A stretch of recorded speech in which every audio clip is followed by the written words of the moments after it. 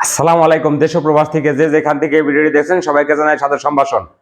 বন্ধুরা, ডক্টর মোহাম্মদ ইউনূসের পদত্যাগের গুঞ্জনে আবারও অস্থিরতা দেখা দিয়েছে প্রবাসীদের মধ্যে। বলা হচ্ছে কোনো কারণে শেষ পর্যন্ত প্রধান উপদেষ্টা ডক্টর মোহাম্মদ ইউনূস পদত্যাগ করলে জুলাইয়ের মতো আবারও রেমিটেন্স শাটডাউনের হুঁশিয়ারি দিয়েছে তারা।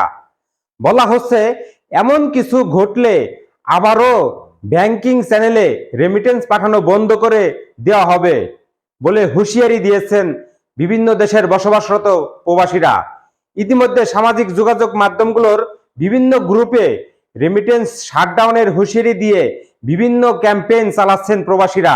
মাহমুদ নামে এক প্রবাসী একটি গ্রুপে লিখেছেন, ডক্টর মোহাম্মদ ইউনূস যদি অভিমান নিয়ে পদত্যাগ করে চলে যান তাহলে আমরা যারা দেশপ্রেমিক রেমিটেন্স যোদ্ধা আছি আবারও আরেকবার রেমিটেন্স শাটডাউন করে দেখিয়ে দিব চোরের দলগুলোকে। জুনায়েদ আহমেদ নাম আরেক প্রবাসী লিখেছেন, ডক্টর মোহাম্মদ ইউনূস পদত্যাগ করলে আমরা প্রবাসীরা একযুগে রেমিটেন্স শাটডাউনের ঘোষণা করব। ঢাকা মিলি এক প্রতিবেদনে বলা হয়, ডক্টর মোহাম্মদ ইউনূস দায়িত্ব নেওয়ার পর থেকেই নিত্য নতুন ইতিহাস তৈরি হচ্ছে রেমিটেন্স প্রবাহে। ইতিমধ্যে এক মাসে 3.29 মিলিয়ন রেমিটেন্স আহরণের মাইলফলক ছুঁয়েছে বাংলাদেশ। গত বছর জুলাই মাসে প্রবাসী রেমিটেন্স শাটডাউনের ঘোষণার কারণে এই মাসে রেমিটেন্স কমে দাঁড়ায় $1.95 বিলিয়ন। যদিও এই মাসে মাত্র 10 দিনের মতো রেমিটেন্স পাঠানো বন্ধ রেখেছিল প্রবাসীরা। এরপরের মাসে অর্থাৎ 5ই আগস্ট শেখ হাসিনা সরকারের পতন হলেই বাড়তে শুরু করে রেমিটেন্স প্রবাহ।